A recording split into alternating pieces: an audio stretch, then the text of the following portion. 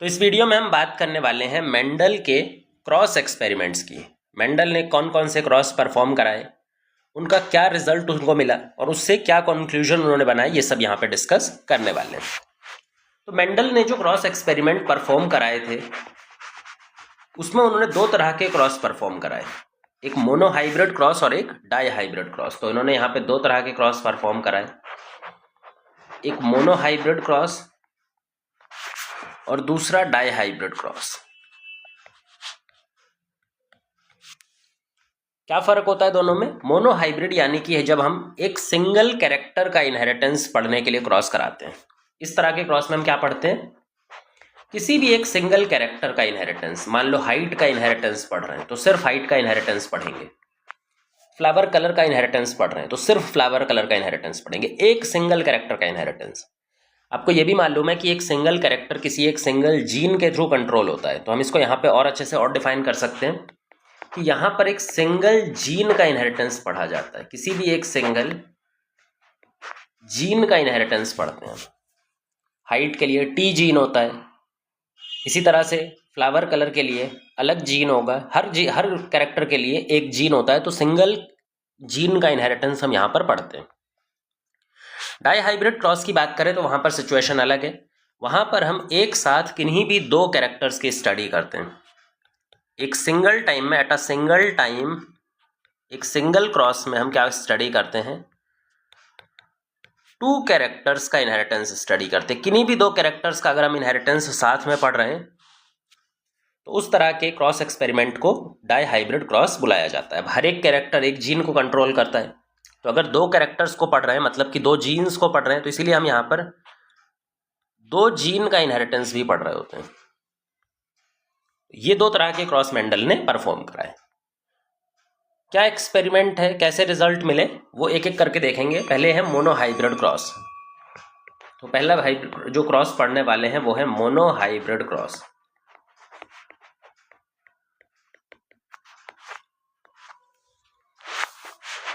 Monohybrid cross के लिए उन्होंने एक कैरेक्टर को चूज किया और पेरेंट्स सेलेक्ट किए जो कि एक कैरेक्टर में डिफरेंट ट्रेट एक्सप्रेस कर रहे थे। तो कैसे पेरेंट्स सेलेक्ट किए? एक कैरेक्टर है, उसके दो ट्रेट्स हैं, ट्रेट 1 और ट्रेट 2। उसमें से किसी एक कैरेक्टर को चूज करके उनके दो ट्रेट्स को स्टडी किया। जैसे एक एग्जांपल है सबसे क्लासिक वाला, हाइट। तो उन्होंने जब हाइट की स्टडी की तो हाइट के दो ट्रेट्स हैं, एक टॉल हाइट होती है और एक ड्वार्फ हाइट होती है ना। तो हाइट के दो ट्रेट्स होते हैं, एक टॉल और एक ड्वार्फ। तो इनको लेकर के क्रॉस एक्सपेरिमेंट इन्होंने परफॉर्म कराया। इसमें जो पेरेंट्स सेलेक्ट किए, वो पेरेंट्स जो क्रॉस में सेलेक्ट किए वो प्योर पेरेंट्स सेलेक्ट किए। मतलब इन्होंने दो पेरेंट्स सेलेक्ट किए, पेरेंट 1 और पेरेंट 2। इनमें से एक प्योर टॉल था और एक प्योर ड्वार्फ था। अब प्योर टॉल और प्योर ड्वार्फ का मतलब हमें पता है। प्योर टॉल का मतलब होता है होमोजाइगस टॉल और प्योर ड्वार्फ का मतलब होता है होमोजोआइगस ड्वार्फ। मेंडल को ये बात नहीं पता थी, मेंडल को सिर्फ इतना पता था कि प्योर टॉल उन्होंने खुद से बनाया था, ऐसा प्लांट लाइन जो सेल्फ पॉलिनेशन करने के बाद में, सेल्फ फर्टिलाइजेशन करने के बाद जनरेशन आफ्टर जनरेशन टॉल ही प्लांट बनाए, वो प्योर टॉल था। और ड्वार्फ वाला जो बार बार रिपीटेड सेल्फ पॉलिनेशन कराने के बाद भी ड्वार्फ बना रहा था, वो प्योर ड्वार्फ था। हमें आज पता है कि प्योर ड्वार्फ का मतलब है स्मॉल टी और प्योर टॉल का मतलब है कैपिटल टी। ये मेंडल को ये बात नहीं पता थी, ये बाद में उन्होंने गेस किया था रिजल्ट के थ्रू। अब इन पेरेंट्स का कराना है हमें क्रॉसिंग करवाने के लिए, यानी कि इनके बीच में फर्टिलाइजेशन करवाने के लिए पहले यहाँ पर गैमीट्स का फॉर्मेशन होगा। यहाँ भी गैमीट्स बनेंगे। सेक्सुअल रिप्रोडक्शन में डायरेक्ट फर्टिलाइजेशन नहीं होता, पहले पेरेंट्स गैमीट्स बनाते हैं और उन गैमीट्स का फर्टिलाइजेशन होता है और उनसे जाइगोट या फिर नई जनरेशन डेवलप होती है। कितने तरह के गैमीट्स यहाँ पर बन सकते हैं? यहाँ पर एक ही तरह का गैमीट बन सकता है, टी, और इसके ऊपर गोला लगा दो। याद रखना कि जो पेरेंट्स होते हैं, जो इंडिविजुअल होते हैं, वो डिप्लॉइड होते हैं, उनके पास हर जीन की दो कॉपीज होती हैं। और गैमीट हमेशा हैप्लॉइड होता है, उसके पास हर जीन की एक कॉपी होती है। तो अगर हाइट वाले जीन की बात करें तो एक कॉपी होगी, किसी भी जीन की बात करो हर जीन की उसके पास एक ही कॉपी देखने को मिलेगी।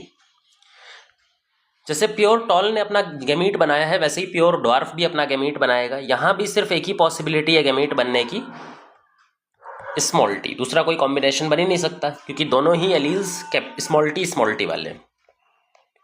अब इन गैमीट्स के बीच में फ्यूजन करा दो, फर्टिलाइजेशन करा दो। जब इनके बीच में फ्यूजन करा देते हैं तो आता है हमारे पास कैपिटल टी स्मॉल टी। ये जाइगोट है, इसी से नई जनरेशन बनेगी, तो हम इसको इसी को बोल देंगे नेक्स्ट जनरेशन, जिसका नाम है F1 जनरेशन। मेंडल ने इस जनरेशन को नाम दिया F1 जनरेशन या फिर फीलियल 1 जनरेशन। पेरेंट से प्रोड्यूस होने वाली generation, that is filial 1 generation.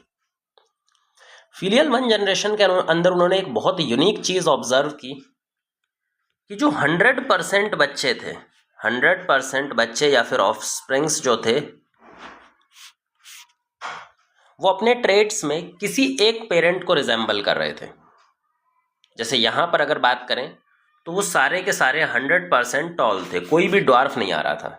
मतलब सिर्फ और सिर्फ ये वाला पेरेंटल कैरेक्टर ट्रेट एक्सप्रेस हो रहा था, दूसरा वाला ट्रेट तो एक्सप्रेस ही नहीं हो रहा F1 में। F1 में सारे के सारे बच्चे या तो एक पेरेंट को रिजेंबल करते थे। और ऐसा नहीं है कि हाइट के केस में, हर एक केस में, मान लो अगर फ्लावर कलर पढ़ रहे होते तो फ्लावर कलर में वो सिर्फ F1 जनरेशन में वॉयलेट मिल रहे थे उनको। अगर वो मान लो सीड शेप की स्टडी कर रहे थे मोनोहाइब्रिड के अंदर, तो F1 जनरेशन में सारे के सारे राउंड मिलते हैं। ऐसा इसलिए है क्योंकि लॉ ऑफ डोमिनेंस की वजह से, यहीं से उन्होंने लॉ ऑफ डोमिनेंस गैस किया था, अभी बाद में हम उसकी बात करेंगे। तो जो भी ट्रेट F1 में दिखाई पड़ता है वो डोमिनेंट हो जाता है, और जो F1 में दिखाई नहीं पड़ता वो रिसेसिव हो जाता है। मेंडल ने यही गैस किया, क्योंकि सारे हेट्रोजाइगस हैं F1 जनरेशन में, तो जो भी अपने आप को शो कर पा रहा है हेट्रोजाइगस कंडीशन में भी, वही ट्रेट क्या हो जाता है, डोमिनेंट, और जो शो नहीं कर पा रहा वही ट्रेट क्या हो जाता है, रिसेसिव। तो ये F1 जनरेशन की बात। अब इन्होंने F1 जनरेशन को सेल्फिंग कराया। सेल्फिंग मतलब जब सेम जीनोटाइप वाले इंडिविजुअल के बीच में हम क्रॉस कराते हैं तो उसको सेल्फिंग बोलते हैं, क्योंकि उनका जीनोटाइप तो सेम ही है। तो हमने दो F1 जनरेशन के इंडिविजुअल को उठाया और उनको एज अ पेरेंट यूज किया। एक ये यूज किया और एक ये यूज किया। यहां पर इन दोनों को हम पेरेंट की तरह इस्तेमाल कर रहे हैं, ये एक पेरेंट है और ये एक पेरेंट है, ताकि हम नेक्स्ट जनरेशन बनवा सकें, जिसको बोलेंगे फीलियल 2 जनरेशन या फिर F2 जनरेशन। फीलियल 2 या फिर F2 जनरेशन। तो पहले यहां पर गैमीट्स बनाओ। देखो अब यहां पर गैमीट्स बनने की दो पॉसिबिलिटी है, क्योंकि ये जो डिप्लॉयड पेरेंट है, यहां पर दो अलग अलग एलील्स हैं, कैपिटल टी और स्मॉल टी। या तो कैपिटल टी एक गैमीट में जाएगा या फिर स्मॉल टी एक गैमीट में जाएगा। दोनों कभी साथ में जाते नहीं है, क्योंकि गैमीट हमेशा हैप्लॉइड होता है। अब जाने की दो प्रोबेबिलिटी है, या तो गैमीट में कैपिटल टी होगा या फिर गैमीट में स्मॉल टी होगा। ऐसे यहां पर भी या तो गैमीट में कैपिटल टी होगा या तो गैमीट में स्मॉल टी होगा। दोनों तो होगा नहीं, इनमें से एक ही हो सकता है, या तो कैपिटल टी या फिर स्मॉल टी। तो कितने तरह के गैमीट बन गए? यहां पर दो तरह के गैमीट बन गए और यहां पर भी दो तरह के गैमीट बन गए। अब इन दोनों गैमीट्स को हम फ्यूज करते हैं, इन दोनों गैमीट्स को हम कंबाइन करते हैं। इनको कंबाइन करने के लिए हम पुनेट स्क्वायर का इस्तेमाल करेंगे। जैसे जैसे गैमीट का नंबर बढ़ता जाता है तो ज़्यादा गैमीट्स के बीच में कॉम्बिनेशन बनाना पॉसिबल नहीं है डायरेक्ट लाइन मेथड से। तो इसलिए एक मेथड यूज़ किया जाता है जिसका नाम है पुनेट स्क्वायर, जिसको ब्रिटिश साइंटिस्ट रेगनाल्ड सी पुनेट ने डेवलप किया था, ताकि हम गैमीट्स के बीच में सही सही फ्यूजन करवा पाएँ। ऐसा ना हो कि भाई कोई गैमीट किसी पॉसिबिलिटी को छोड़ दे, है ना। तो सारी पॉसिबिलिटी कंबाइन हो पाए, इसलिए हम पुनेट स्क्वायर का इस्तेमाल करते हैं। पुनेट स्क्वायर सिंपल सा एक स्क्वायर है जिसमें हम दो कॉलम्स ऐसे बना देते हैं और एक तरफ फीमेल पेरेंट के गैमीट्स लिख दो सारे और एक तरफ मेल पेरेंट के गैमीट्स लिख दो सारे। फिर उनके बीच में एक लाइन ऐसे ड्रॉ कर दो, और ये मेल पेरेंट है, ये पेरेंट 1 है मान लो, और ये पेरेंट 2 है। इसके गैमीट इधर, इसके गैमीट इधर। अब यहाँ पे सारे कॉम्बिनेशन बनाने होते हैं। इसको इसके साथ फ्यूज करके यहाँ पे लिखेंगे कैपिटल टी, इसको इसके साथ फ्यूज करेंगे और यहाँ पे लिखेंगे कैपिटल टी स्मॉल टी, इसको इसके साथ फ्यूज करेंगे और लिखेंगे कैपिटल टी स्मॉल टी, इसको इसके साथ फ्यूज करेंगे और स्मॉल टी स्मॉल टी। ये जो जनरेशन बनी है, ये जो जाइगोट बने, ये F2 के जनरेशन है, फीलियल 2 जनरेशन है, दूसरी जनरेशन है। अब इस जनरेशन में ध्यान से देखो, तो यहाँ पर अलग अलग तरह के जीनोटाइप दिखाई देंगे और उसी के बेसिस पे अलग अलग तरह के फिनोटाइप भी दिखाई देंगे। अगर जीनोटाइप की बात करें तो जीनोटाइप यहाँ पे टोटल 3 हैं। अगर जीनोटाइप की बात करें तो 3 जीनोटाइप हैं, capital T capital T, capital T small T और स्मॉल टी स्मॉल टी। अगर इनका रेशो बताएं कितने नंबर में है तीनों, तो ये देखो ये 1 है, ये 2 है और ये 1 है। टोटल जाइगोट क्योंकि 4 है, टोटल जाइगोट हमारे पास में कितने बने मोनोहाइब्रिड क्रॉस में? 4 जाइगोट। मतलब इसमें डब्बे कितने हैं, पुनेट स्क्वायर में कितने डब्बे हैं, that is equal to number of zygote. और उसमें से जीनोटिपिक रेशियो कितना आ रहा है, कैपिटल टी का 1, कैपिटल टी स्मॉल टी का 2 और स्मॉल टी का 1। यह जीनोटिपिक रेशियो है। भाई एक और होता है फिनोटिपिक रेशियो, क्योंकि जीनोटाइप ही हमारा फिनोटाइप को डिसाइड करता है। तो जीनोटिपिक रेशियो की वजह से क्या आएगा, फिनोटिपिक रेशियो। अब जो फिनोटिपिक रेशियो आएगा वो यहां पर कितना देखने को मिला, वो यहां पे थोड़ा अलग देखने को मिला। यहां पर देखो ये 3 हो गया और इस टू 1। तो यहां पर जो फिनोटिपिक रेशियो था उसमें से 3 तो टॉल आए और 1 ड्वार्फ आया। तो यहां पर 3 टॉल और 1 ड्वार्फ रेशियो, इस तरह से 3:1 रेशियो मिला। अब ये ऐसा नहीं है कि इनको सिर्फ हाइट के कैरेक्टर के लिए इस तरह का रेशियो दिखाई पड़ा। उन्होंने अलग अलग कैरेक्टर को लेकर के, अलग अलग ट्रेड्स को लेकर के एक्सपेरिमेंट परफॉर्म किए, और जब भी वो एक्सपेरिमेंट परफॉर्म कर रहे थे तो उन्हें यही रेशियो बार बार दिखाई पड़ा। F1 जनरेशन में 100% एक ही ट्रेड दिखाई पड़ रहा था, दूसरा दिखाई ही नहीं पड़ रहा था। और F2 जनरेशन में हमेशा 3:1 दिखाई पड़ रहा था। जैसे अगर मान लो हम अगर सीड कलर लें तो सीड कलर में भी क्या दिखाई पड़ता, F1 जनरेशन में सारे के सारे येलो दिखाई पड़ते, डोमिनेंट वाले दिखाई पड़ते, और F2 जनरेशन में 3 येलो दिखाई पड़ते, 1 ग्रीन दिखाई पड़ता, 3 डोमिनेंट 1 रिसेसिव। हमेशा हर कैरेक्टर के लिए उन्होंने बार बार एक्सपेरिमेंट किया, अलग अलग कैरेक्टर को लेकर के स्टडी किया, यही रेशियो इनको मिला। अगर आपको एक एक्सपेरिमेंट अलग अलग तरीके से परफॉर्म करने पे सेम रिजल्ट मिल रहा है, सेम रेशियो मिल रहा है, तो इतना तो समझ में आता है कि भाई अगर सेम रेशियो है इसका मतलब कुछ ना कुछ गाइडिंग प्रिंसिपल होगा, कुछ रूल होगा जो इसको डिसाइड कर रहा है, जो इसको चेंज होने नहीं दे रहा है। तो इन रेशियो को एक्सप्लेन करने के लिए, जो F1 में इनको रेशियो मिला है उसको एक्सप्लेन करने के लिए, मतलब 100% रेशियो जो मिला है, और जो F2 में रेशियो मिला है फिनोटाइप का 3:1 और जीनोटाइप का 1:2:1, उसको समझाने के लिए, इन दोनों को समझाने के लिए इन्होंने कुछ लॉ प्रपोज किए, यानी कि 2 प्रिंसिपल प्रपोज किए, 2 कंक्लूजन बनाए इन्होंने।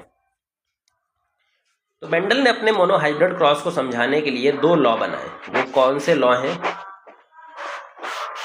पहला लॉ जो इन्होंने बनाया that was the law of dominance. Law of dominance.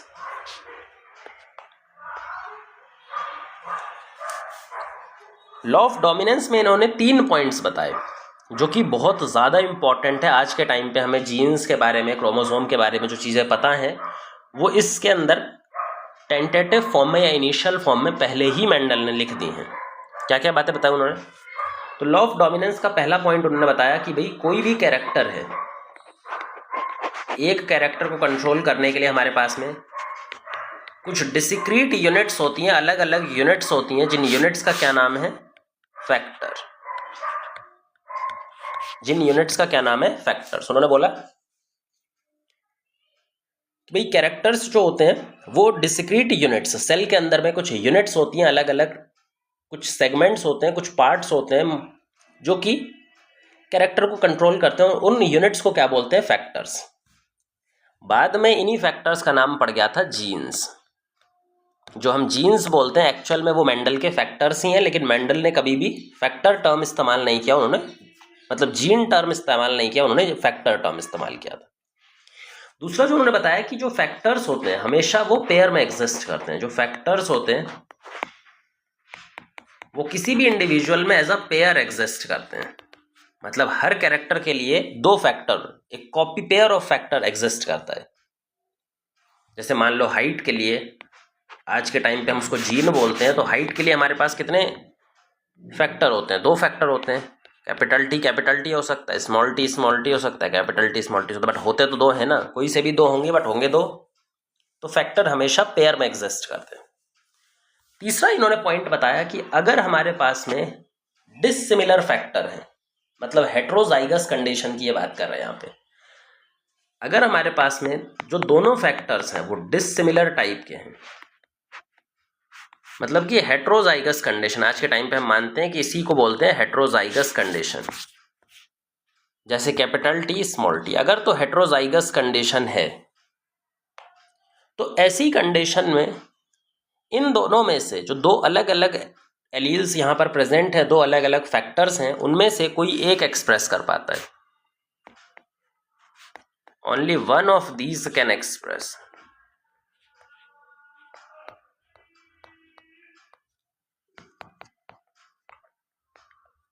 एक ही एक्सप्रेस कर पाएगा, एक ही अपने आप को शो कर पाता है, दूसरा अपने आप को शो नहीं कर पाता। और जो भी अपने आप को एक्सप्रेस कर पाता है उसी को बोलते हैं डोमिनेंट एलील या डोमिनेंट फैक्टर।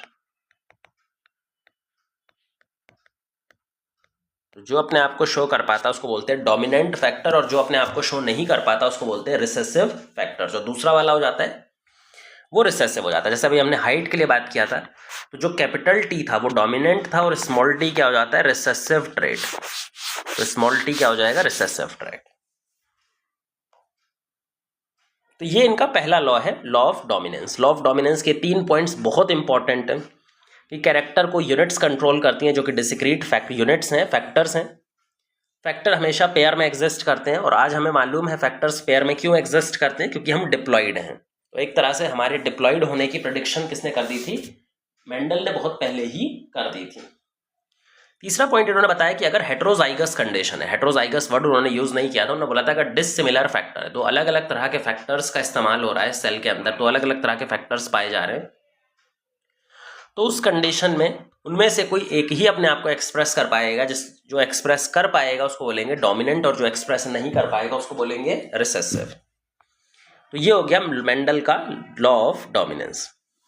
अब लॉ ऑफ डोमिनेंस किस चीज, कौन कौन से रेशियो को समझा सकता है? क्या F1 रेशियो को समझा सकता है या फिर F2 रेशियो को समझा सकता है? तो समझेंगे यहाँ पे जो लॉ ऑफ डोमिनेंस है वो F1 रेशियो को भी समझा लेगा, क्योंकि F1 रेशियो क्या बोल रहा है? F1 रेशियो बोल रहा है कि 100% ऑफस्प्रिंग कैसे हैं? हेट्रोजाइगस या फिर डिसिमिलर एलील वाले, डिसिमिलर फैक्टर वाले, एक कैपिटल टी एक स्मॉल टी। और ऐसी कंडीशन में लॉ ऑफ डोमिनेंस के हिसाब से एक ही अपने आप को एक्सप्रेस कर पाता है capital T, small T express नहीं कर पाता, क्योंकि कैपिटल टी कैसा है? डोमिनेंट। अच्छा, तो मतलब F1 जनरेशन के रेशियो को तो लॉ ऑफ डोमिनेंस समझा पाता है, क्या F2 जनरेशन के रेशियो को भी लॉ ऑफ डोमिनेंस समझा पाता है? बिल्कुल। F2 जनरेशन का जो फिनोटिपिक रेशियो है, ध्यान से वहां पर अगर देखें तो 3:1 है, जबकि जीनोटिपिक रेशियो 1:2:1 है। अब जो होमोजाइगस है उनमें तो प्रॉब्लम ही नहीं है। होमोजाइगस ये तो टॉल ही बनेगा, ये तो फिक्स है, ये ड्वार्फ ही बनेगा, ये भी फिक्स है। प्रॉब्लम आती है इस वाले में, जो हेट्रोजाइगस है वहां पर कौन सा बनना चाहिए भाई? वहां पर भी तो टॉल बनना चाहिए, क्योंकि ये इसको सप्रेस कर देगा, कैपिटल टी स्मॉल टी को सप्रेस कर देगा। तो जो एक्चुअल फिनोटिपिक रेशियो आएगा वो कैसा आएगा? 3 टॉल और 1 ड्वार्फ, 3:1 रेशियो आ जाएगा। तो ये आ जाएगा 3:1 रेशियो। इसका मतलब जो लॉ ऑफ डोमिनेंस है, law of dominance F1 ratio को भी समझा पा रहा है और F2 रेशियो को भी समझा पा रहा है। अब इसके लिए इन्होंने एक और लॉ बनाया। एक और चीज इनको खटक रही थी कि अगर हम ध्यान से देखें तो F1 जनरेशन के अंदर में सारे के सारे इंडिविजुअल्स कैसे हैं? किसी भी एक पेरेंट को रिजेंबल कर रहे हैं। यहाँ पर टॉल पेरेंट को रिजेंबल कर रहे हैं, मतलब डोमिनेंट पेरेंट को रिजेंबल कर रहे हैं। हमेशा डोमिनेंट पेरेंट को रिजेंबल करते हैं, किसी भी कैरेक्टर को लेकर के बात कर लो। और सारे के सारे पेरेंट्स जो है ना वो कंप्लीट टॉल दिखा रहे हैं। ऐसा नहीं है कि यहाँ पे कोई इंटरमीडिएट बन रहा है, कोई बीच का ट्रेट नहीं बन रहा है, टॉल ड्वार्फ और इंटरमीडिएट ऐसा तो नहीं बन रहा। तो बीच का ट्रेट तो यहाँ पर बन ही नहीं रहा है। अब मेंडल को लगा कि अगर ये टॉल बन गया है तो क्या कैपिटल टी और स्मॉल टी आपस में मिक्स हो गए? क्या ये आपस में स्मॉल टी गायब हो गया या ये अलग से प्रेजेंट है? भाई या तो ये गायब हो जाएगा, मिक्स हो जाएगा आपस में। लेकिन अगर मिक्स होता तो हमें इंटरमीडिएट ट्रेट दिखाई पड़ता, क्योंकि अगर ये आपस में मिक्स होते तो हमें क्या ट्रेट दिखना चाहिए था, इंटरमीडिएट हाइट वाला, बीच की हाइट वाला, ना छोटा और ना बड़ा।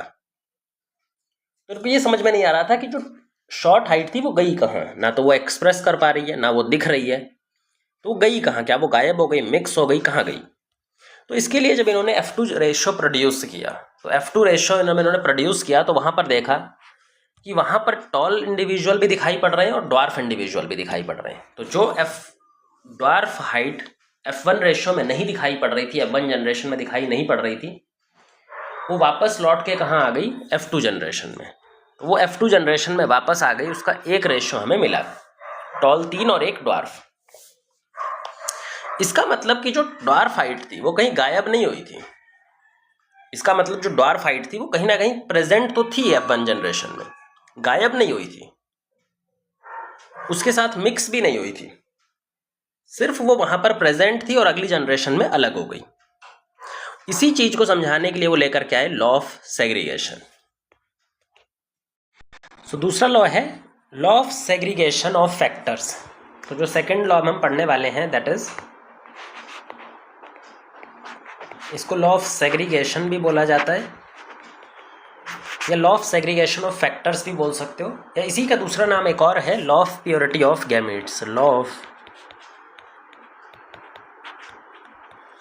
प्योरिटी ऑफ गैमेट्स, इसका मतलब है, सेग्रीगेशन का मतलब क्या होता है, अलग अलग होना। मेंडल ने देखा कि जब एलील्स जो होते हैं या फिर जो फैक्टर्स होते हैं, एक कैरेक्टर के जो दो फैक्टर्स होते हैं जो पेयर में एग्जिस्ट करते हैं, उनके बीच में कोई भी ब्लेंडिंग या मिक्सिंग देखने को नहीं मिलती, और वो नई जनरेशन में एकदम इंडिपेंडेंटली सेपरेट हो जाते हैं और गैमीट्स में ट्रांसफ़र हो जाते हैं। जैसे हमने यहाँ पे बताया था कैपिटल टी स्मॉल टी। जब गैमीट्स बनते हैं तो एक कैपिटल टी इधर, एक कैपिटल टी इधर, एक स्मॉल टी इधर, एक स्मॉल टी इधर, मतलब यहाँ पर तो एक ही टाइप की गैमीट बन सकते हैं, तो एक ही तरह का बेबी भी प्रोड्यूस होगा जो कि है कैपिटल टी स्मॉल टी। अब ये जो दो अलग अलग तरह के फैक्टर्स हैं या एलील्स हैं, एक ही जीन के दो एलील्स हैं हेट्रोजाइगस कंडीशन में, ये दोनों सेपरेट हैं, ये दोनों आपस में मिक्स नहीं होते हैं या फिर ब्लेंड नहीं होते, ये कभी भी आपस में ब्लेंडिंग शो नहीं करते, ये दोनों बिल्कुल सेपरेट रहते हैं। कब तक सेपरेट रहते हैं, जब तक गैमीट बनाने का टाइम नहीं आए। मान लो इस ऑर्गेनिज्म को फिर से गैमीट बनाने, इस वाले इंडिविजुअल को गैमीट बनाने, तो जब गैमीट बनाने का टाइम आता है तो दोनों इंडिपेंडेंटली सेपरेट हो जाते हैं, अलग अलग हो जाते हैं। इनमें से एक जो फैक्टर होगा, एक जो एलील होगा, वो किसी एक गैमीट में पहुंच जाएगा और दूसरा वाला दूसरे गैमीट में चला जाएगा, और इनके इनहेरिटेंस होने का या गैमीट में ट्रांसफ़र होने की प्रोबेबिलिटी बिल्कुल बराबर होती है। मतलब 50% चांस है कि कैपिटल टी गैमीट बने और 50% चांस है कि स्मॉल टी गैमीट बने। तो जो दोनों एलील्स साथ साथ में आए थे वो बिल्कुल भी आपस में ब्लेंड या इंटरैक्ट नहीं करते, वो दोनों अलग अलग हो जाते हैं at the time of gamete formation with the probability of 50%। इसी को बोलते हैं लॉ ऑफ सेग्रीगेशन, कि दोनों एलील्स जो हैं वो कभी भी मिक्स नहीं होते, और मिक्सिंग ना होने की वजह से कभी भी हमें इंटरमीडिएट देखने को भी नहीं मिलता।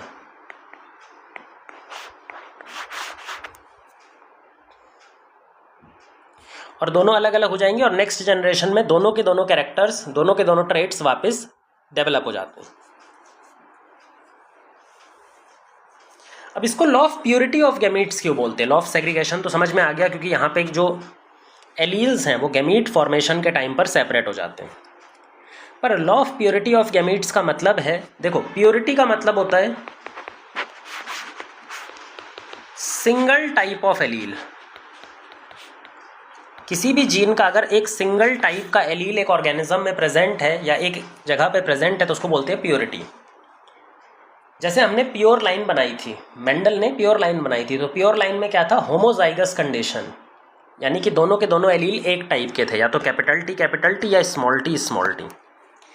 गैमीट तो हमेशा प्योर होता है, गैमीट या तो फिर कैपिटल टी होगा या फिर स्मॉल टी होगा। किसी भी एक कैरेक्टर का सिर्फ और सिर्फ एक कॉपी एक गैमीट में देखने को मिलती है, मतलब हाइट वाले जीन की एक कॉपी देखने को मिलेगी, किसी भी दूसरे जीन की भी एक कॉपी देखने को मिलेगी। तो गैमीट हमेशा 100% टाइम पर प्योरिटी शो करते हैं, प्योर होते हैं। गैमीट कभी भी मिक्सिंग शो नहीं करते, इम्प्योर हो ही नहीं सकते। इसीलिए इस फैक्टर को क्या बोला जाता है, इस लॉ को क्या बोला जाता है, law of purity of gametes. और याद रखना ये जो गैमीट है, ये जो लॉ है मेंडल का, जो सेग्रीगेशन लॉ है, ये 100% यूनिवर्सल है, इसका नो एक्सेप्शन, इसका कोई भी एक्सेप्शन नहीं होता है। अगर आप देखेंगे तो लॉ ऑफ डोमिनेंस का एक्सेप्शन मिल जाएगा, लेकिन लॉ ऑफ प्योरिटी का एक्सेप्शन आपको नहीं मिलेगा। अब लॉ ऑफ सेग्रीगेशन का इस्तेमाल कहाँ पे किया जाता है? लॉ ऑफ सेग्रीगेशन के बेसिस पे न्यूमेरिकल क्वेश्चंस गैमीट फॉर्मेशन के बारे में हमें मिलते हैं।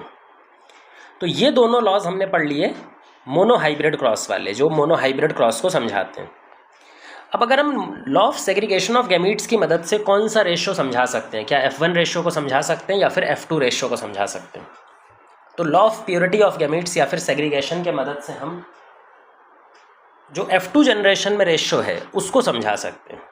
F1 जनरेशन का रेशियो को नहीं समझा पाओगे आप। Law of purity of gametes की मदद से हम किसके कौन से रेशियो को समझा सकते हैं? हम इसकी मदद से एक्सप्लेन कर सकते हैं जो F2 जनरेशन में रेशियो आ रहा है, फिनोटिपिक रेशियो, उसको समझाया जाता है।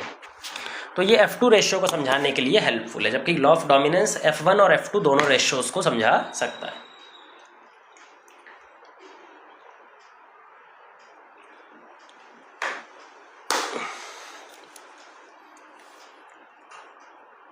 तो ये हो गया जो हमारा दोनों लॉज हैं मोनोहाइब्रिड क्रॉस के अकॉर्डिंग। अब इनके ऊपर में कई सारे न्यूमेरिकल क्वेश्चंस बनते हैं, क्योंकि जो जेनेटिक्स है उसमें हमें न्यूमेरिकल और थ्योरी दोनों बैलेंस करके चलनी पड़ेगी। तो मोनोहाइब्रिड क्रॉस पर किस तरह के न्यूमेरिकल्स आ सकते हैं? मोनोहाइब्रिड क्रॉस मतलब लॉ ऑफ डोमिनेंस और law of segregation of gametes. तो पहला जो टाइप का क्वेश्चन है वो है गैमीट फॉर्मेशन पर क्वेश्चन आता है। कितने गैमीट्स बनेंगे, कौन कौन से टाइप बनेंगे, उनका रेशियो क्या बनेगा, नंबर क्या बनेगा, इस तरह की चीज़ों पर क्वेश्चन आता है। गैमीट फॉर्मेशन पे कोई सा भी न्यूमेरिकल आए उसमें एक ही चीज़ आपको ध्यान रखनी है, लॉ ऑफ सेग्रीगेशन। कोई सा भी गैमीट हमेशा लॉ ऑफ सेग्रीगेशन की मदद से ही बनाया जाता है। इसी की मदद से हम गैमीट फॉर्मेशन करेंगे और न्यूमेरिकल सॉल्व करेंगे, टाइप ऑफ गैमीट सारी कुछ इसी से सॉल्व करेंगे। एग्जाम्पल देते हैं। मान लो एक ऑर्गेनिज्म है यहाँ पे कैपिटल टी। अब इसमें पूछा गया है कि इसमें कितने तरह के गैमीट्स बन सकते हैं। देखिए, गैमीट्स जब बनते हैं तो गैमीट होते हैं हैप्लॉइड, जबकि इंडिविजुअल है डिप्लॉइड। डिप्लॉइड का मतलब है हमारे पास हर एक जीन की 2 कॉपीज होती हैं, जबकि गैमीट्स के पास हर एक जीन की एक सिंगल कॉपी होती है। तो जो टी वाला जीन है, जो हाइट वाला जीन है, इसकी भी गैमीट के पास में एक सिंगल कॉपी होगी। या तो ये कैपिटल टी जाएगा या तो ये वाला भी कैपिटल टी जाएगा। ये 50% चांस के साथ जाएगा, ये भी 50% चांस के साथ जाएगा, जैसा कि हमने लॉ ऑफ सेग्रीगेशन में देख लिया है। पर ध्यान से देखो तो ये दोनों तो सेम टाइप के ही हैं, मतलब 100% गैमीट कैसा बनेगा, कैपिटल टी, क्योंकि ये दोनों एलील्स भी तो सेम है ना। अगर एक जीन के दोनों एलील्स सेम टाइप के हों तो गैमीट में सिर्फ वही एलील जाने की प्रोबेबिलिटी रहती है, दोनों के दोनों सेम है, तो एक ही टाइप का गैमीट यहाँ पर बन सकता है, कैपिटल टी। अच्छा, एक और क्वेश्चन स्टार्ट करते, पहले सिंपल वाले ही सॉल्व करेंगे स्टार्टिंग में। कैपिटल टी स्मॉल टी, अब ये एक हेट्रोजाइगस कंडीशन है, यहाँ पर 2 अलग अलग तरह के एलील्स प्रेजेंट है एक जीन के, एक है कैपिटल टी और एक है स्मॉल टी। अब जो कैपिटल टी है और स्मॉल टी है, ये दोनों गैमीट्स में जाएंगे और अलग अलग तरह का गैमीट बनाएंगे। हो सकता है ये एक गैमीट बन जाए या हो सकता है ये एक गैमीट बन जाए, और दोनों के बनने की प्रोबेबिलिटी इसकी भी 50% है और इसकी भी 50%। अब यहाँ पर कितने टाइप के गैमीट है? 2 टाइप के। हाफ गैमीट्स ऐसे बनेंगे और हाफ गैमीट्स ऐसे बनेंगे, सिंपल सा। इसी को अगर नंबर में चेंज करना हो तो मान लो कि ये एक इंडिविजुअल है, इस इंडिविजुअल ने एक पर्टिकुलर टाइम में 100 गैमीट्स बनाए। मान लेते हैं इसने कितने गैमीट्स बनाए हैं? 100 गैमीट्स। तो 100 गैमीट्स में से कितने कैपिटल टी वाले होंगे और कितने स्मॉल टी वाले? 50-50% चांस। तो 50 गैमीट्स कैसे होंगे? कैपिटल टी वाले, और 50 गैमीट कैसे होंगे, स्मॉल टी वाले। सिंपल, नंबर में भी चेंज कर सकते हो, फ्रैक्शन में भी चेंज कर सकते हो, या प्रोबेबिलिटी में भी चेंज कर सकते हो, किसी में भी चेंज कर सकते हो। अब इसको थोड़ा सा मुश्किल करते हैं।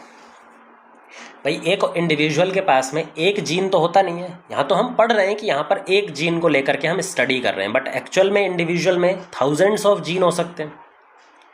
तो जब गैमीट बनता है तो हर एक जीन की एक एक कॉपी गैमीट के पास जाती है।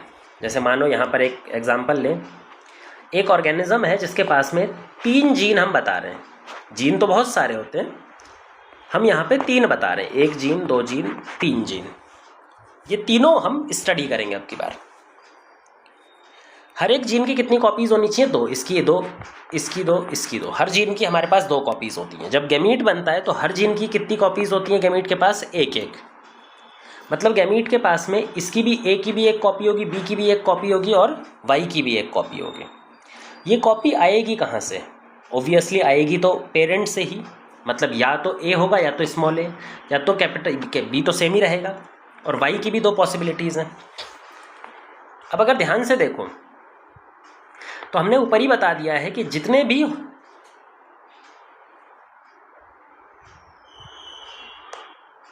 गैमीट्स बनेंगे वो कैसे कैसे बन सकते हैं, बहुत सारा तरह के गैमीट बन सकते हैं। क्या यहाँ पर ये गैमीट हो सकता है, हाँ, ये वाला ए यहाँ से आया, ये वाला बी यहाँ से आया, ये वाला वाई यहाँ से, बिल्कुल है।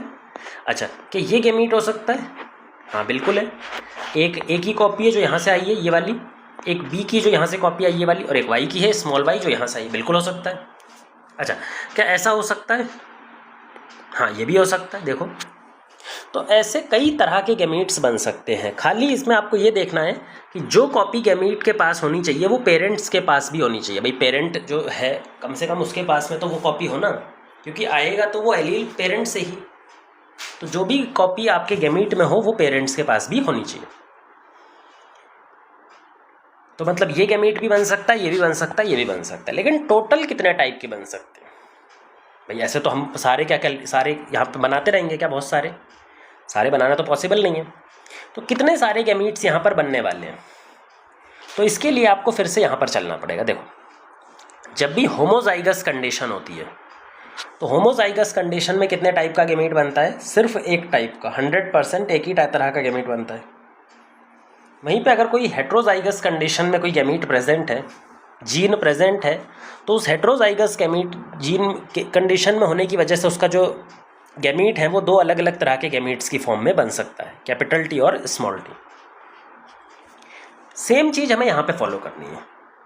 कितने जीन हेट्रोजाइगस कंडीशन में है, जो भी जीन हेट्रोजाइगस कंडीशन में है वो 2 गैमीट कंट्रीब्यूट करते हैं, और जो भी जीन होमोजाइगस कंडीशन में है वो एक सिंगल गैमीट कंट्रीब्यूट करता है, सिंगल टाइप का गैमीट कंट्रीब्यूट करता है। अब यहाँ पर कितने हेट्रोजाइगस कंडीशन में और कितने होमोजाइगस कंडीशन में है? क्या ये हेट्रोजाइगस कंडीशन में तो ये कितने गैमीट देगा, 2 गैमीट। अच्छा, ये होमोजाइगस कंडीशन में ये कितने गैमीट कंट्रीब्यूट करेगा, सिंगल। ये हेट्रोजाइगस कंडीशन में ये भी 2। अब इन तीनों को मल्टीप्लाई कर दो, क्योंकि ये तीनों हमें साथ में चाहिए, तो ये मल्टीप्लाई करके क्या आएगा, 4। टोटल 4 तरह के गैमीट्स यहाँ पर बन सकते हैं। टोटल कितने तरह के गैमीट्स बन सकते हैं, 4 तरह के। 3 हमने बना ही दिए, एक और बनाना बाकी है, तो यहाँ पर बना देते हैं capital A, capital Y, capital B और स्मॉल बी। सिर्फ ये गैमीट्स बन सकते हैं,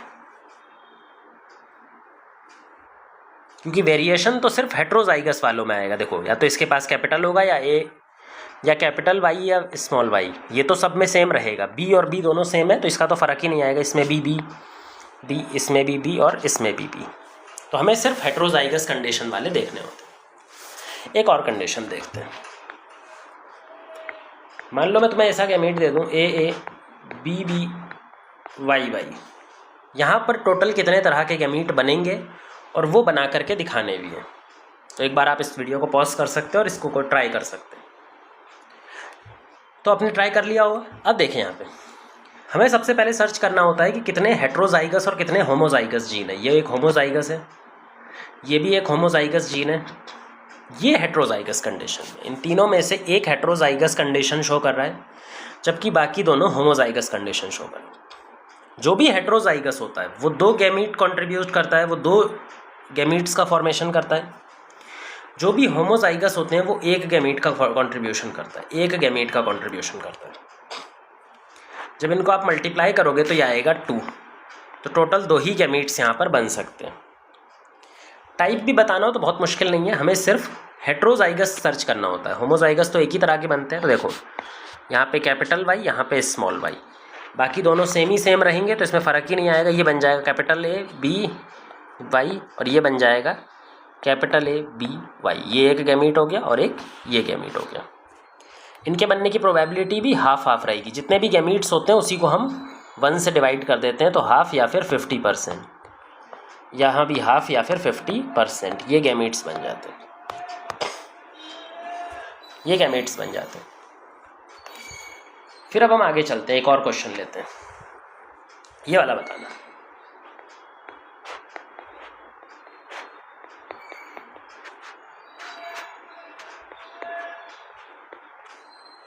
यहाँ पर टोटल कितने गैमीट्स बन सकते हैं और उनके टाइप भी बताने। फिर से कुछ नहीं करना। हेट्रोजाइगस कितने हैं, ये होमोजाइगस, ये होमोजाइगस, ये होमोजाइगस, ये एक हेट्रोजाइगस मतलब 2 गैमीट्स बनाएगा, ये एक हेट्रोजाइगस मतलब 2 बनाएगा, बाकी सब तो 1 ही 1 बनाएंगे, उनका मतलब भी नहीं है। दोनों को मल्टीप्लाई करोगे बनेंगे 4 गैमीट्स बनेंगे। 4 कौन कौन से, हमें सिर्फ ये वाले से मतलब है और ये वाले से मतलब है, दोनों का कॉम्बिनेशन बनाना पड़ेगा। अब कॉम्बिनेशन बनाने का सबसे अच्छा तरीका है फोर्क मेथड। जितने भी हेट्रोजाइगस कंडीशन में उनको फोर्क मेथड से डिवाइड करते जाओ, जैसे ऐसे कैपिटल ई स्मॉल ई, जहाँ पे छूटा है वहाँ से हर एक एक फोर्क स्टार्ट करते जाओ। यहाँ भी एक फोर्क बना दो, यहाँ भी एक फोर्क बना दो। अब यहाँ पे हमने ई तो कंप्लीट कर लिया, अब हमें रखना है दूसरा गैमीट, दूसरा जीन जे। यहाँ पे जे, यहाँ पे स्मॉल जे, यहाँ पे जे, यहाँ पे स्मॉल जे, गैमीट बना लो ई जे ई जे ई जे ई जे। क्या ये कंप्लीट गैमीट है? नहीं, अभी हमें ए बी और वाई भी रखना पड़ेगा, लेकिन ए बी और वाई का तो कंडीशन सेम ही रहेगा। तो ये बनेगा एक गैमीट, ये बनेगा एक गैमीट, ये बनेगा एक गैमीट और ये बनेगा एक गैमीट। टोटल कितनी? 1/4 1/4 1/4 1/4, सबकी 25% प्रोबेबिलिटी। ये हो गए टाइप ऑफ गैमीट्स कैसे बनाएंगे, या फिर नंबर ऑफ गैमीट्स अगर पता करने के लिए दे दिया जाए तो डायरेक्ट आपको बस हेट्रोजाइगस कैलकुलेट करना है और हेट्रोजाइगस को 2 से मल्टीप्लाई करते जाना है, जितने भी हेट्रोजाइगस हैं। ठीक है, इसी को कई बार फॉर्मूले में रख देते हैं, वैसे मैं फॉर्मूला पसंद नहीं करता हूँ। 2 की पावर n, कितने हेट्रोजाइगस कंडीशन में उसको n में रख के सॉल्व हो जाता है, वो बात ठीक है। अब गैमीट्स के टाइप बनने के बाद में गैमीट्स का रेशो आता है। कई बार आपने आजकल क्वेश्चन देखे होंगे जहाँ पर गैमीट का रेशो पूछा जाता है कि ये वाला गैमीट का बनने की प्रोबेबिलिटी या रेशो कितना है दूसरे वाले के कंपैरिजन में, तीसरे वाले के कंपैरिजन में, चौथे वाले के कंपैरिजन में। तो मान लो यहाँ पर एक गैमीट है इस तरह का, एक इंडिविजुअल है इस तरह का,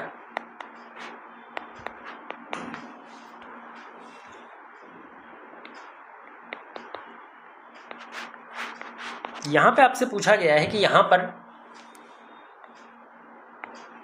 जो गैमीट्स बन रहे हैं उन 4 गैमीट्स की प्रोबेबिलिटी कितनी है, पर उनके बीच में रिलेशन कितना है। इसका रेशो, इसका रेशो, इसका रेशो, इसका रेशो हमें निकालना है। ये रेशो आपको निकाल के देना है, ये क्वेश्चन है, ये बेसिकली क्वेश्चन है कि इसका रेशो एक्चुअल में होगा कितना। अब आपको पहले तो ये पता होना चाहिए, देखो ऐसे क्वेश्चन को सॉल्व करने का सिंपल सा तरीका है कि आप ये पता करिए कि कौन कौन सा गैमीट हो सकता है और कौन सा गैमीट नहीं हो सकता, क्योंकि गैमीट सारे के सारे इक्वल प्रोबेबिलिटी में ही बनते हैं। अगर 4 बन रहे हैं तो चारों इक्वल प्रोबेबिलिटी में बन रहे होंगे, 3 बन रहे हैं तो तीनों इक्वल प्रोबेबिलिटी में बन रहे होंगे, 2 बन रहे होंगे दोनों इक्वल प्रोबेबिलिटी में बन रहे होंगे। गैमीट हमेशा इक्वल प्रोबेबिलिटी में बनते हैं, गैमीट कभी भी अलग अलग प्रोबेबिलिटी नहीं शो करते। मतलब जितने भी गैमीट हैं उन सबकी प्रोबेबिलिटी 1:1:1:1:1:1 आएगी। फ़र्क सिर्फ इतना होता है, तो आप यहाँ पे डायरेक्टली लिख ही दीजिए 1:1:1:1 पहले लिख दिया। आपको सिर्फ यहाँ पर ये चेक करना है कि कौन सा गैमीट है और कौन सा नहीं है। भाई ऐसा भी तो हो सकता है ना कि कोई सा ऐसा गैमीट है जो पॉसिबल ही नहीं है। अब ये कैसे चेक करते हैं? कोई भी ऐसा एलील जो आपके पास गैमीट में दिखाई पड़ रहा है वो पेरेंट के पास भी होना चाहिए। जैसे यहाँ पर देखो, क्या ये वाला ये यहाँ से आ जाएगा? बिल्कुल। क्या ये कैपिटल भी यहाँ से आ जाएगा? बिल्कुल। क्या कैपिटल भी यहाँ से आ जाएगा? यहाँ स्मॉल यहाँ से आ जाएगा। मतलब ये वाला गैमीट बन सकता है, इसकी प्रोबेबिलिटी 1 ठीक है। दूसरे का देखते हैं, क्या ये पॉसिबल है? क्या ये आ सकता है? ए हाँ हमारे पास है। क्या ये आ सकता है? बी हाँ हमारे पास है। क्या वाई आ सकता है? हाँ। क्या ये आ सकता है? हाँ ये भी हमारे पास, मतलब ये भी बन सकता है, इसकी भी प्रोबेबिलिटी 1 है, ठीक है। नेक्स्ट चलते हैं, क्या हमारे पास कैपिटल ए आ सकता है? बिल्कुल। क्या हमारे पास में स्मॉल बी आ सकता है? नहीं, स्मॉल बी पेरेंट्स के पास में ही नहीं है। जब पेरेंट के पास में ही कोई एलील नहीं है तो वो बच्चे के पास, गैमीट के पास पहुंचेगा कैसे? पहुंच ही नहीं सकता। मतलब ये वाला गैमीट पॉसिबल ही नहीं है, ये बनेगा ही नहीं। और जब ये बनेगा ही नहीं तो इसकी तो 0% प्रोबेबिलिटी आएगी। तो इसको 1 की जगह क्या करना है? 0। लास्ट देखते हैं, क्या ये बन सकता है? हाँ। क्या ये कैपिटल भी आ सकता है? हाँ। क्या ये कैपिटल वाई आ सकता है? हाँ। क्या ये स्मॉल वाई आ सकता है? हाँ। मतलब ये भी बन सकता है, मतलब ये भी 1%। तो रेशो जो हो जाएगा वो हो जाएगा 1:1:0:1। तो ये रेशो हम इस तरह से निकालते हैं, गैमीट कितने भी बने वो हमेशा बराबर रेशो में ही बनते हैं, इक्वल रेशो में ही बनते हैं, इक्वल प्रोबेबिलिटी आती है सबकी। तो ये पहला तरह का क्वेश्चन है जिसमें गैमीट्स के टाइप, गैमीट्स का नंबर और गैमीट्स का जो रेशो वगैरह होता है, नंबर वगैरह होते हैं, उनको आपको करना आना चाहिए। थोड़ा देर में धीरे धीरे आ जाएगा। अब हम चलते हैं दूसरे टाइप के न्यूमेरिकल्स जो मोनोहाइब्रिड क्रॉस पर आते हैं, जिनका नाम है मोनोहाइब्रिड के जो रेशो हैं, F1 रेशो, F2 रेशो, इनके ऊपर में भी क्वेश्चन आते हैं। पर्टिकुलरली न्यूमेरिकल क्वेश्चंस दोनों, इन दोनों पर भी आते हैं। जनरली F2 रेशो पे बहुत सारे क्वेश्चंस देखे होंगे आपने कि F2 रेशो में कितने % टॉल हैं, कितने % डॉर्फ हैं, कितने नंबर में डॉर्फ हैं, कितने नंबर में टॉल हैं, अगर 1000 बच्चे बने हैं तो कितने टॉल होंगे, कितने डॉर्फ होंगे। इस तरह के क्वेश्चन हमें आने चाहिए। तो जो सेकंड टाइप का क्वेश्चन है वो है मोनोहाइब्रिड रेशो पर, F1 रेशो पर और F2 रेशो पर हमें क्वेश्चन बनता हुआ आना चाहिए। ये क्वेश्चन सॉल्व करने से पहले आपको एक बेसिक चीज़ ध्यान में रखनी है। जो F2 जनरेशन था, हाइट के लिए ही ले लो, जब हमने F2 जनरेशन बनवाया था हाइट के लिए तो कैपिटल T स्मॉल t और इधर से भी कैपिटल T स्मॉल t, कुछ ऐसा बना था। यहाँ पे पेरेंट 1, यहाँ पे पेरेंट 2। जब इसको हम क्रॉस कराते हैं तो कितना बनता है? Capital T capital T capital T small t capital T small t small t small t। ध्यान से अगर देखो तो टोटल जाइगोट कितने बन रहे हैं? 4। मतलब टोटल डब्बे कितने हैं, टोटल खाने कितने हैं? 4। तो 4 जाइगोट बन रहे हैं। जीनोटाइप कितने बन रहे हैं? जीनोटाइप 3 बन रहे हैं। कौन कौन से? Capital T capital T capital T small t small t small t, और का रेशियो क्या है? 1:2:1। अच्छा, फिनोटाइप कितने बन रहे हैं? फिनोटाइप 2 बन रहे हैं। कितने? टॉल और ड्वार्फ। रेशियो भी पता होना चाहिए 3:1। रेशियो भी पता होना चाहिए 3:1। ठीक है, ये पहले तो आपके दिमाग में ये इमेज बिल्कुल क्लियर होनी चाहिए, कहीं भी इसमें कंफ्यूजन नहीं होना चाहिए। Zygote, genotype, phenotype. दूसरी एक और चीज़ पता होनी चाहिए कि हम परसेंटेज को फ्रैक्शन में, परसेंटेज को प्रोबेबिलिटी में, परसेंटेज को नंबर में कैसे चेंज करते हैं। ये बहुत इंपॉर्टेंट है। जैसे मैं एक रेशो देता हूँ आपको, ये कितना रेशो है? 1:2:1। ये रेशो है। क्या इस रेशो को हम प्रोबेबिलिटी की टर्म्स में भी बता सकते हैं? प्रोबेबिलिटी यानी किसी एक तरह के जीनोटाइप आने की चांस कितना है, चांस कितना है, ये आने का चांस कितना है? 1/4, 1 in 4। 4 में से एक ऐसा है तो इसकी प्रोबेबिलिटी कितनी हो जाएगी? 1 in 4। अच्छा, इसकी प्रोबेबिलिटी 2 in 4, या इसको 1/2 भी बोलते हैं, ये भी पता होना चाहिए, या इसको 1/4, ये भी पता होना चाहिए। तो क्या हम रेशो को प्रोबेबिलिटी की फॉर्म में भी दिखा सकते हैं? बिल्कुल दिखा सकते हैं। अच्छा, क्या परसेंटेज के तौर पे भी दिखा सकते हैं? बिल्कुल दिखा सकते हो। परसेंटेज यानी 100 के कितना पार्ट होगा, कोई भी फ्रैक्शन जो है वो 100 को मल्टीप्लाई करो और जितना पार्ट आएगा वो आंसर आ जाएगा। तो इसको हम 100 से मल्टीप्लाई करेंगे तो 25%, इसको 100 से मल्टीप्लाई करेंगे तो 50%, और इसको 100 से मल्टीप्लाई करेंगे तो 25%। तो क्या हम परसेंटेज में भी चेंज कर सकते हैं? बिल्कुल चेंज कर सकते हैं। चौथा एक और होता है नंबर में चेंज करना। अगर हमें इसी को नंबर में चेंज करना हो, ये भी क्वेश्चन आता है। तो टोटल नंबर आपको दे रखा है कि टोटल नंबर ऑफ बच्चे जो हैं वो है 1000। मान लो कि टोटल नंबर ऑफ बच्चे आपको क्या दे दिए गए? 1000। तो इन 1000 में से ये वाले कितने बनेंगे?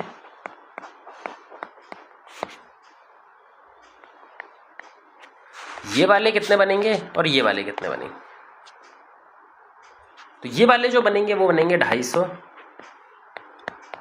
ये 500 और ये फिर से 250।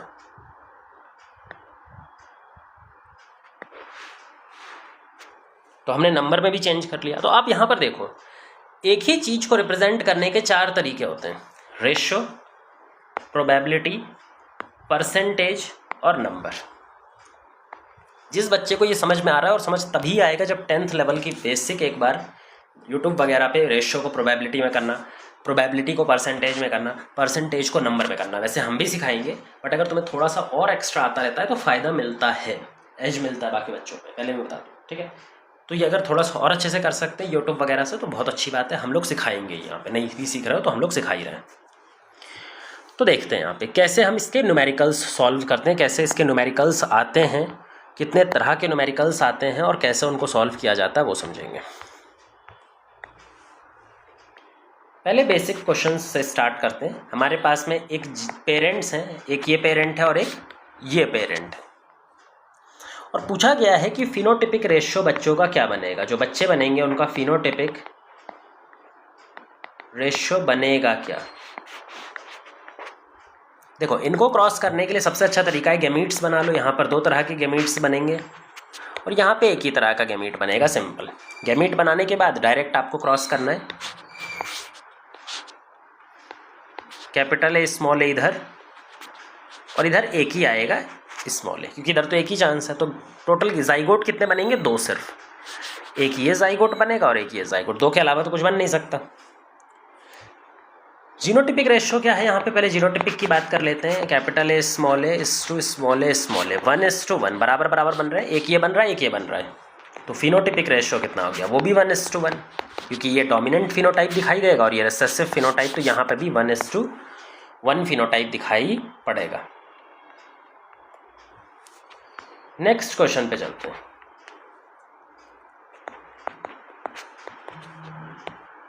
ये बताना यहाँ पर कैसे बच्चे बनेंगे। डायरेक्ट हमें सीधा पुनेट स्क्वायर पे जाना है। अब की बार ए गोले में रख दो क्योंकि जाइगोट है,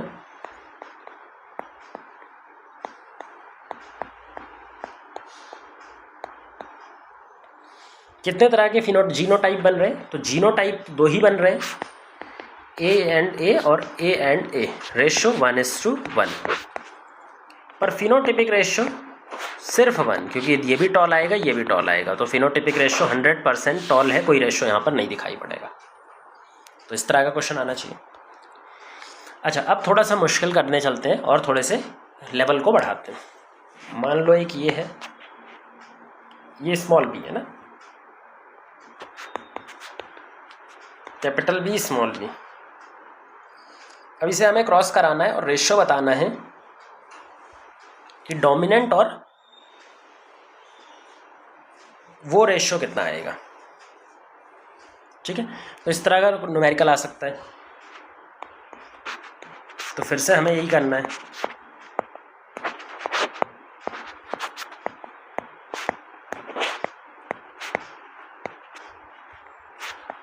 तो 2 ऐसे बन रहे हैं, मतलब 3-4 बन रहे हैं यहाँ पर। तो 1:2:1। तो ये बेसिक टाइप के क्वेश्चन है जो आपको पढ़ ही लिए हैं। एक क्वेश्चन थोड़ा सा मुश्किल करते हैं जिसमें हम बहुत सारी चीज़ें पूछने वाले हैं। मान लो ये है और ये है, ये दोनों को फ्यूज करके ऑफस्प्रिंग बनेंगे। अब इस ऑफस्प्रिंग में आपको फ्रैक्शन बताना है। अब आपको इसमें क्या बताना है, फ्रैक्शन। किस चीज का फ्रैक्शन बताना है, पहला तो डोमिनेंट फिनोटाइप, दूसरा रिसेसिव फिनोटाइप, तीसरा होमोजाइगस जीनोटाइप, चौथा हेट्रोजाइगस जीनोटाइप, पांचवा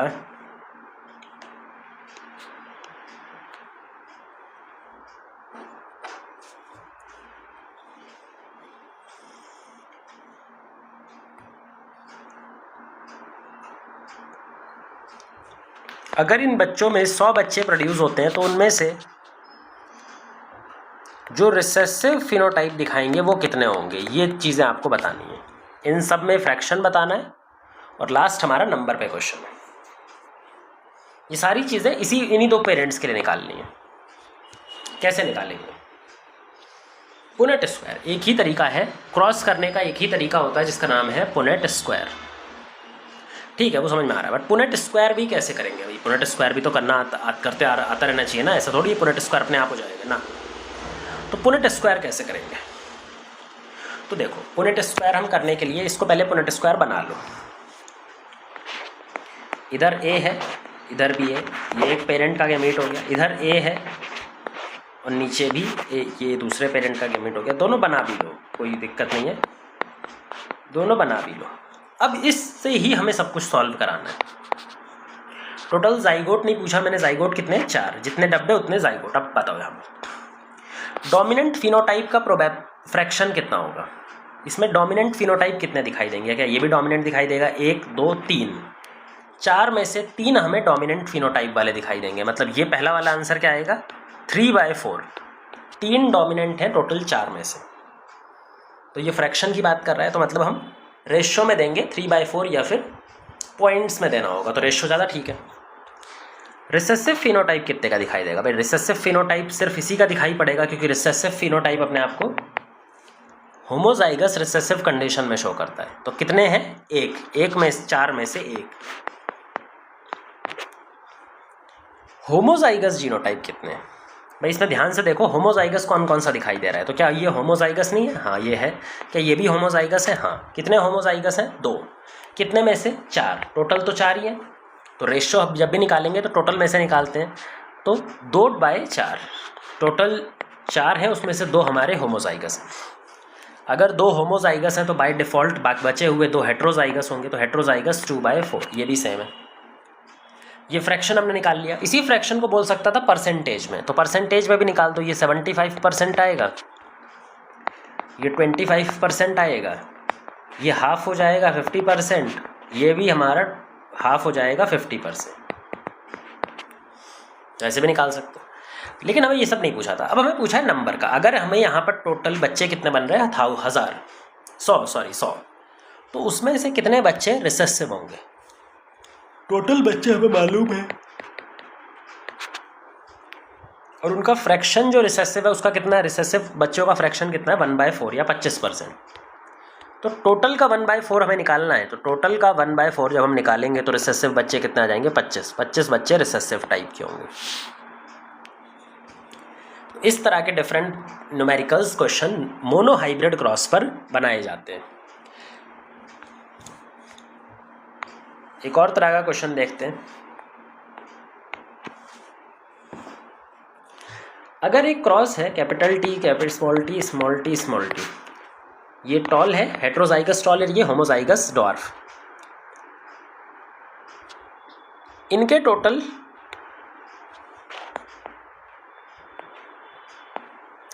कितने बच्चे प्रोड्यूस हो रहे हैं, 3000। ठीक है, अब इस 3000 में से तुम्हें बताना है कितने टॉल होंगे, कितने ड्वार्फ होंगे, नंबर में बताना है कितने ड्वार्फ होंगे, कितने होमोजाइगस जीनोटाइप वाले होंगे। ये तो हमने फिनोटाइप की बात की है, ये भी हमने फिनोटाइप की बात की है, यहाँ पे हमने जीनोटाइप की बात की है। बताओ ये कैसे होंगे। ये हमें कैलकुलेट करना। सिंपल सा कुछ नहीं करना होता, पुनेट स्क्वायर करना होता है। इसका पुनेट स्क्वायर बनाओ। एक पेरेंट के गैमीट्स जो हैं वो कुछ इस तरह के हैं, दूसरे के कुछ इस तरह के। जब कंबाइन करते हैं तो एक इस तरह हो जाता है, एक इस तरह हो जाता है, एक इस तरह से हो जाता है और एक इस तरह से हो जाता है। ठीक है, अब रेशो निकालना है। जो क्वेश्चन में पूछा है सिर्फ वही निकालते जाएंगे। टॉल का बताओ, कितने बच्चे इसमें से टॉल हैं? पहले बताओ टोटल बच्चे कितने? 4, 1 2 3 4, जितने डब्बे उतने बच्चे। तो 4 जाइगोट, 4 बच्चे बन रहे हैं, 4 डब्बे। 4 में से टॉल कितने? 4 में से टॉल हैं 3, मतलब सॉरी 2। ये वाला टॉल है, ये वाला टॉल है, बाकी तो दोनों डॉर्फ हैं। तो 4 में से 2 डॉल, 4 में से 2 टॉल हैं। 2/4 आर टॉल। ये फ्रैक्शन है, हमें फ्रैक्शन नहीं चाहिए, हमें नंबर चाहिए। किसके 2/4? 3000 का जो 2/4 पर बच्चे हैं वो टॉल हैं। मतलब इसको हम 3000 से मल्टीप्लाई कर देंगे। जब ये सॉल्व होगा तो ये 1, ये 2, ये हमारा सॉल्व होगा तो 1500। तो ये बच्चे आ जाएंगे 1500।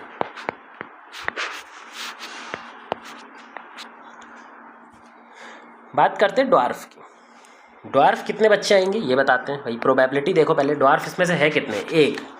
4 में से 1 ड्वार्फ है। 4 में से कितना ड्वार्फ है? 1। तो नंबर में अगर निकालें तो 3000 से मल्टीप्लाई कर दो, तो 2 1500 750। तो 750 बच्चे कितने आएंगे? ड्वार्फ। होमोजाइगस जीनोटाइप, कितने लोगों का होमोजाइगस जीनोटाइप है इसमें से? होमोजाइगस जीनोटाइप इसका है और इसका है। ये दोनों तो हेट्रोजाइगस है, मतलब कितने? टोटल 2 डिवाइडेड बाय 4, 4 में से 2, कितने में से? 3000। तो इसको जब डिवाइड किया, हमने पहले भी यहाँ पे कर रखा है ये सॉल्यूशन, तो डायरेक्ट इसको लिख देंगे 1500। तो क्या यहाँ पे ये बन जाएगा? हाँ। तो ये हो गया हमारा मोनोहाइब्रिड पे किस तरह के न्यूमेरिकल्स क्वेश्चंस आते हैं। या तो गैमीट फॉर्मेशन पे आएगा या फिर F2 रेशियो के फ्रैक्शन, नंबर, परसेंटेज, प्रोबेबिलिटी, इन सब पे क्वेश्चन बन सकता है। तो ये हो गया हमारा क्रॉस।